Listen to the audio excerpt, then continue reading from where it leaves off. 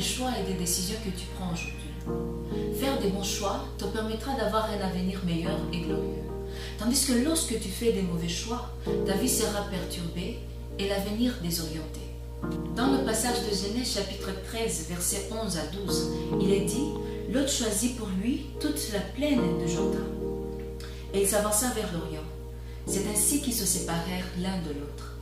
Abraham habita dans le pays de Canaan, et Lot habita dans les villes de la plaine, et dressa ses tentes jusqu'à Sodome. » Aujourd'hui, méditons ensemble avec le frère Pacifique Lusati sur comment faire le choix.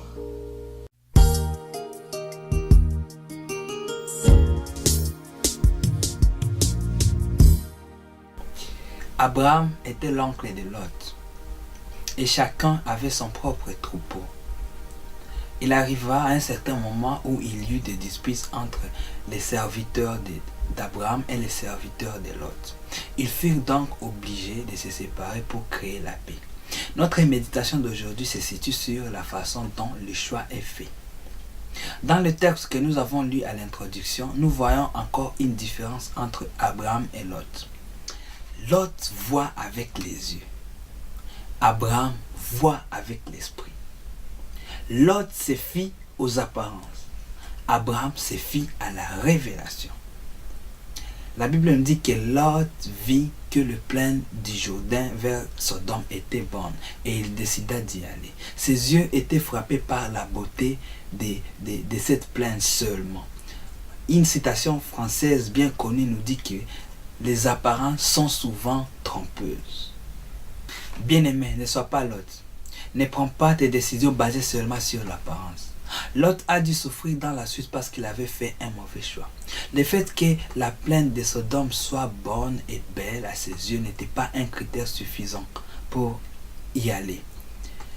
La Bible nous dit aussi que les gens de cette contrée étaient méchants aux yeux de Dieu. Lot devrait aussi penser par rapport à sa relation avec Dieu avant de prendre toute décision. Mon frère, ma soeur, tu dois toujours penser à Dieu lorsque tu veux faire un choix, car tes décisions, tes choix doivent être aussi dans le but de plaire à Dieu. De l'autre côté, la décision d'Abraham n'était pas basée sur les apparences, mais sur la révélation de Dieu. Abraham décida de rester à Bethel, dans un endroit montagneux, parce qu'il savait que c'est là où Dieu veut qu'il soit. Ce qui importe pour Abraham n'était pas d'aller dans un lieu où il croit que tout va marcher bien pour lui, mais d'être à une place qui puisse plaire à Dieu. Si tu continues à lire l'histoire de Lot, tu verras que nulle part dans la Bible on nous dit que Lot avait pris quelque chose lorsqu'il a quitté Sodome.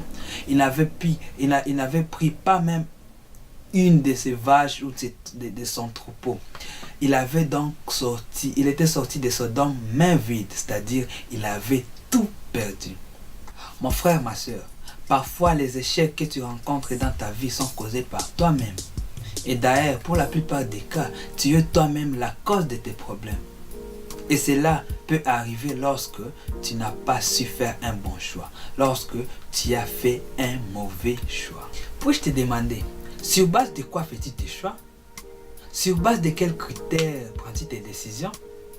Lot décida par l'apparence et il perdit tout, tandis qu'Abraham s'appuya sur les promesses de Dieu pour faire ses choix et sa vie fut d'une réussite.